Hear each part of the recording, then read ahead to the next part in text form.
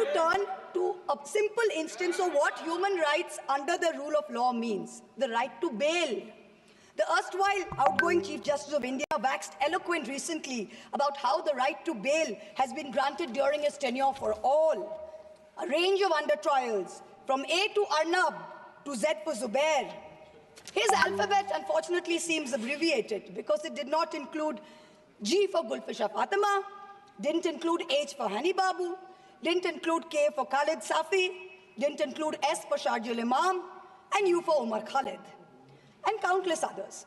The former Chief Justice made it a point to say that the Supreme Court is not meant to act like the political opposition.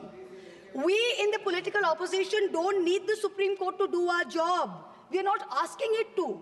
But what troubles us is that some members of the higher judiciary appear to be doing their best to compromise the independence and integrity of our constitutional courts. I do not think that the framers of our constitution ever imagined a scenario where judges would rely on private conversations with God to write judgments, rather than on objective logic, on reasoning, and on the law and the Constitution.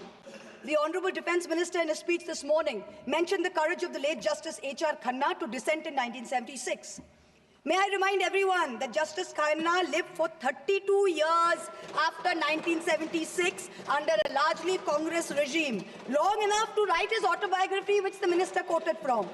Unlike poor Justice Lohia, who's resting in peace long before his time, history will not be kind to you, your lords and ladyships, if you falter. To every Chief Justice of India, past and present, I say this: yours is not to worry about your personal legacy. Yours is not to take directions from God. Yours is not to have a private family function turned into a televised circus with the political executive. The Constitution is your only God. The Constitution should be the only Atithi who should be in your home as your Deva. Attention-seeking divas do not leave legacies. Upholders and protectors of our basic sovereign rights will only be remembered. Justice Loya के हत्या की बात कही गई। 3 जज member ने sir, दीपक मिश्रा ने, YB Chandrachud ने और आरएस गवई ने, तीनों ने जजमेंट दिया कि जस्टिस लोया मरे। और आरएस गवई ने तो अलग से अपने से स्टेटमेंट दिया कि मेरे टेबल पर जस्टिस लोया खा रहे थे और उनकी जो है असामयिक मौत हुई है। इसके बाद जो है इस तरह की बातें जो करते हैं, इनको ऑथेंटिकेट करने चाहिए सर, कि कोई भी आरोप लगा देना, किसी के जज के ऊपर आरोप लगा देना। और सारे चीफ जस्टिस को कोट किया है। चीफ जस्टिस इसके पहले भी प्रधानमंत्री के यहाँ जाते रहे। माननीय प्रधानमंत्री यदि गए, कोई अन्याय नहीं हो गया सर। तो प्रधानमंत्री के ऊपर जो एलिगेशन है, चीफ जस्टिस के बारे में कहा गया है, जस्टिस लोया के बारे में कहा गया है, बीजेपी के बारे में कहा गया है, सबको एक्सप्लेन करिए सर। एक मिनट आप सुनिए, आइए और सुनो। एक मिनट पर आप एक मिनट प्लीज, एक मिनट। ये मणिकम टेगोर जी कह रहे हैं जस्टिस लोया के मामले में सुप्रीम कोर्ट के 3 बेंचों ने फैसला दे चुका है। अब इससे ज्यादा तो कुछ नहीं हो सकता।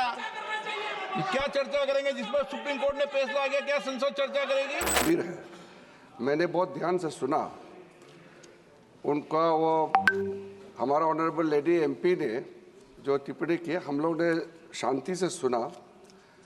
वो क्या सोच के आए, क्या ड्राफ्ट लेके आए और क्या पढ़ रही थी, वो अपना, उसका मैं टिप्पणी नहीं करूँगा, उनका आदत जो भी है। लेकिन जो पॉइंट उन्होंने जस्टिस लोया के बारे में जो कहा, ये बहुत गंभीर इसलिए है, ये एक सेटल्ड केस है और पूरे कोर्ट में उसका परिस्थिति, जजेस खुद, कोई पॉलिटिकल इंटरवेंशन, पॉलिटिकल उससे कोई लिंक नहीं, जजेस लोगों का समूह बैठ करके जो घटना हुई, जजेस का बीच में उसका जो भी वहाँ अनफॉर्चुनेट घटना हुई, फिर बाद में जजेस का ओर से क्लैरिफिकेशन करके जुडिशरी में सारा मामला ख़त्म हो गया।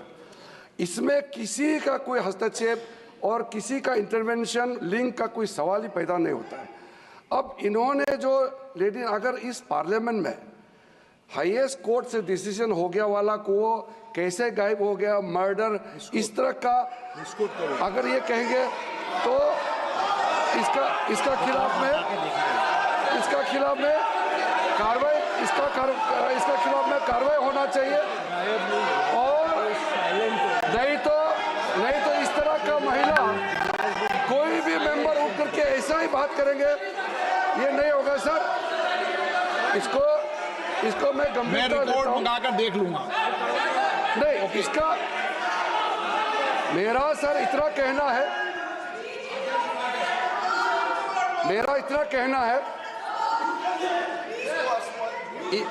कहना है, स्पीकर सर, आपने मामला को संज्ञान में लिया है, आप देखने के लिए कहा है, लेकिन मैं सदन को इन्फॉर्म करना चाहता हूं, इस पे कार्रवाई होगा और हम लोग का तरफ से एप्रोप्रिएट पार्लियामेंट्री एक्शन लिया जाएगा। इस तरह का टिप्पणी आप बच नहीं सकते हैं।